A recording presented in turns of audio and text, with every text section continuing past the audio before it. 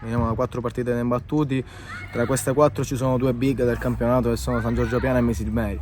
E più che un periodo, dicevo, prima di Natale abbiamo subito una botta emotiva di questo pareggio contro la Parma in casa, avvenuto dopo un 2-0, dopo che eravamo andati in vantaggio di 2 gol e ci aveva un attimino demoralizzato. Oggi serviva vincere, paradossalmente abbiamo vinto una partita giocando meno bene, però questo è il calcio. Ci sono state delle azioni fra Prestiani e Claudio che con qualità sono riusciti a combinare, anche l'ingresso di Salvatori sicuramente ci ha dato una mano e quindi sono molto contento per i ragazzi perché si meritavano una bella vittoria. Salvo Maltese per noi è stato sicuramente un giocatore importante, un giocatore di qualità che io ringrazio per il suo impegno, per la sua professionalità.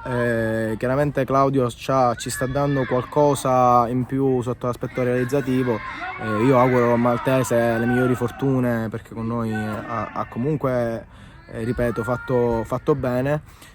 Oggi Claudio ha dimostrato già alla seconda sua partita che è un giocatore importante per questa categoria. Io reputo Claudio uno dei migliori attaccanti del nostro girone, ma secondo me anche dell'altro. Il nostro percorso di crescita passa da tutti i tipi di partite, da partite in cui siamo delle underdog, delle partite in cui magari dobbiamo vincere, fa parte del percorso di crescita e quindi niente, affronteremo questa partita con attenzione.